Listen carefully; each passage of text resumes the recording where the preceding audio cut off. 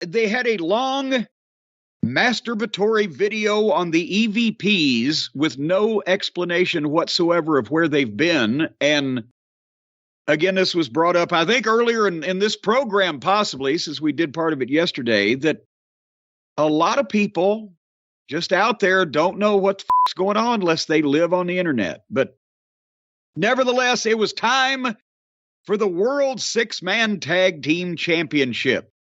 Penthouse and Felix and Pac. They call them the Death Triangle. I'm going to start calling them the Bermuda Triangle because every time they have a match, they get lost.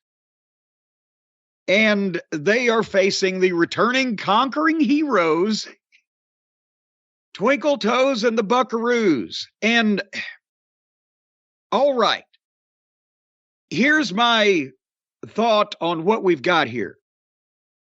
We know that AEW started out with a steady audience of what, about 800,000. They got their biggest audience the first week. But for a couple of years, it was 1 million or a little more if they hotshot some kind of major show on television. And 750 so at the worst, when that's the base audience for the tomfoolery amongst the Buckaroos and their ilk. And then there's about 100 or 150,000 floaters that will start the program, but as we've seen from the ratings over weeks and weeks, not necessarily finish it.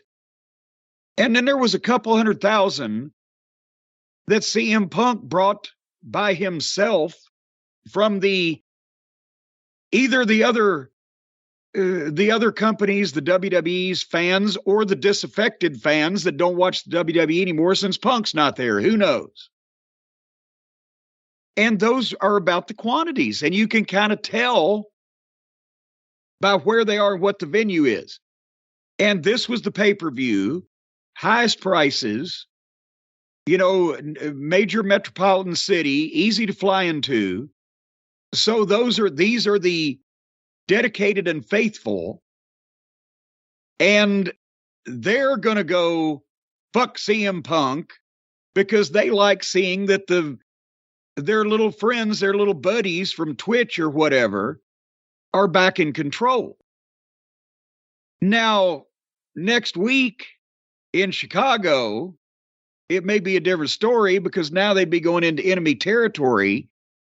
And I bet you that many of those people probably in Chicago had tickets if they were on sale before this whole thing happened.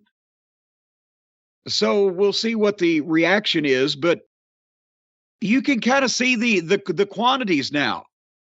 They got one guy that could bring a sizable segment of the WWE's audience or ex-audience to their company, but he got run off by the EVPs and their base that they had that hasn't grown in 3 years.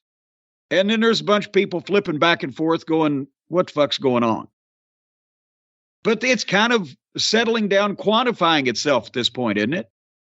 Yeah, because that's what's left. And I kept thinking that, like, the people that are watching this now are the people that were on the side of the elite through the whole thing. So you're going to get a lot of bias. I thought it was so ironic to me. Like you said, there was the fuck CM Punk chant.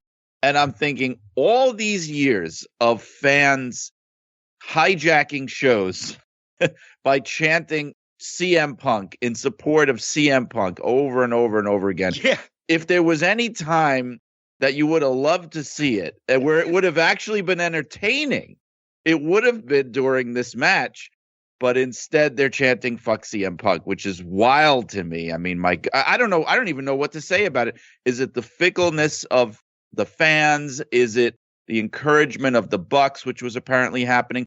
Is it the fact that they were egging it on in the building? I mean, I do think that Punk, and I know not everybody agrees with me on this, but I think that Punk damaged a lot of goodwill, even with people who did support him. Because here's the thing. I agree with a lot of the points that he was making and the frustration. Obviously, there was a lot of stuff going on that would piss somebody off behind the scenes. But I'm not so sure that airing it out in that press scrum in front of everybody with the boss sitting right next to you was the best way to do it. And I think there's some people that even agree and sympathize with him that were like kind of turned off by what he did. I don't know, though. I've been in that position. Not you. Well, I've been in that position where you just have all you can stand of a fucking insufferable douchebag. But nevertheless, speaking of insufferable douchebags, let's move on to this match. They had the dramatic milk of the EVP's music and then a video on the screen of shit they had written about themselves and their wayward sons, and they will carry on. They, in their minds and in the universe of their small little clique of stooges and sycophants, Cutlet and Knock It Off and Phallus, these three think that they're the shit. They think that they are fucking superstars. And then here came Tony's dipped in his pocket again. Here comes the opening strains of Carry On My Wayward Son by Kansas. And they say that I'm behind the times on my musical taste. Tony had to pony up to fucking Kansas and or their record company to indulge these fucking twats, their goddamn Wayward Son entrance and their big return. And so here they come with Cutlet and Knock It Off and Phallus, the guys who built the company and the ones whose pettiness and self-indulgent masturbatory fantasies of themselves are going to tear it down. And the corpse referee was in charge of the action. It had all the ingredients of an indie-rific spectacle. And the fans that were there loved those fucking dorks. And then the bell rang. And we already knew what it was going to be. And all six of these guys only ever have one match. And they do the same shit every time. And to be honest, if I stopped to break down how stupid and phony each of these middle school cheerleading routines were, it would take 3 hours and people would be bored. So I will just... And there was an AEW Botches on Twitter. Catch them while they last, folks. Put up a great segment of this thing set to yakety sax, and it fit. It wasn't speeded up. It just looked like it. I will say it was unwatchable to anybody that's ever been a fan of pro wrestling or considered themselves a professional in this industry. And then Felix hit Twinkle Toes in the head with a hammer and beat him 1, 2, 3. Did I miss any nuances of this contest, Brian Solomon? I think the only nuance you missed is just the fact of how confusing it all was. And I don't even just mean the fact that they're doing their usual match, and that's confusing enough. And yes, they have their same pet referee who basically just lets them do whatever they want in every match. But it was this whole idea where, and you guys have talked about it, where they can't figure out if they want to be faces or heels, where you've got Don Callis there with them, and he's putting them over on commentary like a heel manager would do. They're supposed to be, I guess, I don't know, the crowds are cheering for them. And then on the other side, you have a team that's apparently made up of a combination of faces and heels who are, disagreeing with each other. And it just creates this. And every once in a while, they want to use the hammer, but sometimes they disagree on whether the hammer should be used.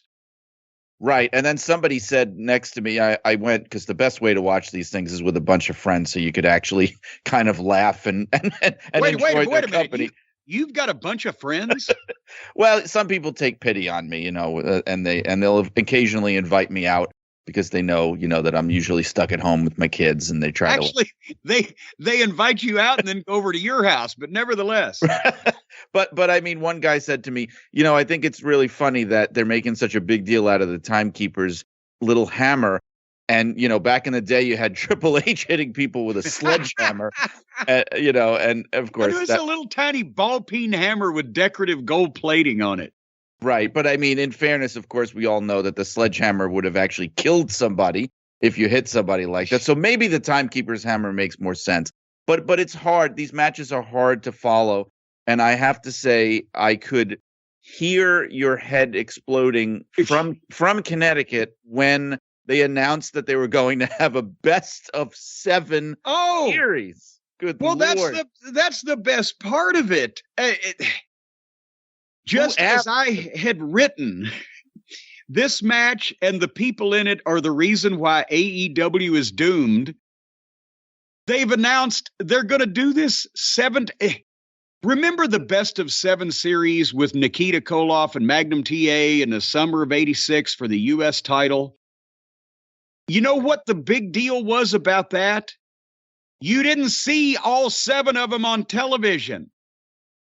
They were put in major arenas. You had to buy a ticket to see most of them. I think they aired, oh God, I may be telling a lie, but I think they aired either 2 of them or 1 of them in parts of another one to make people interested. And it was a fucking big promotion of the whole deal. But they didn't just have the same match on TV every week for 7 weeks in a fucking row with these clowns. This shit appeals to a small but very dedicated audience of people who don't like wrestling. They like fucking stunts and flips. And this cannot and never will sell mainstream. There's no content to it. What this is, if this was the music business, you've got a bunch of singers that can't stay in pitch and can't hit all the notes, and you got musicians that are far from virtuosos at their instruments, but can kind of hang with a simple tune. And as long as they play long and loud, and they've got one catchy hook that they repeat over and over and over, you might can sell that record for a little while. Yeah, but I mean, they have their you're fans. not going to be a rock and roll Hall of Fame band. No, they have their fans. They have the people that eat this stuff up. And I've watched a few of these pay-per-views with large groups of people on occasion when I'm allowed out of the house, as I said. And you see that, yes, there are people that they eat it up. I mean, I'm not saying they're enough to keep a company in business, but they love it. And that's what they want to see. And then the funny thing is then when AEW will showcase certain things that I tend to like more or enjoy or whatever, that's the stuff where they get bored and they tune out and they go and make a sandwich in the other room, like Gorilla Monsoon used to say, and on and on. So, I mean, they have a certain type of fan, and that's just it. If you notice when they have the real good matches, when they had MJF and Punk, when they had shit that made sense on an intermittent or infrequent basis, the people, FTR's matches against anybody but the Buckaroos, the people get into it. They understand it. They like it. It makes sense. And they're watching it. But unfortunately, it's not only can most of this roster not do that and perform like that, but the ones that can are held down because they're not the friends of the goddamn EVPs who want these, circus fucking exhibitions. It always stands out when you have people on these AEW shows that really know how to work and know how to put a match together, because it reminds you sometimes of how bad everything else is. And it shouldn't be that way. It really shouldn't. It should be more spread out evenly. But I remember even from the very beginning, like an early example I remember was when Chris Jericho and Cody Rhodes had their match. I forget what pay-per-view it was. And it was, a top featured match. And I remember going, oh my God, I forgot this is a wrestling match. This is supposed to be a wrestling show. And these guys reminded me because they know how to work a match. They know how to work together. They've been around a while. They've been trained the right way. And it kind of shits on everything everybody else is doing, Well, and I still don't know for a classic pro wrestling match they've ever topped Cody versus Dustin on that first show. Yeah. But nevertheless, moving on this show,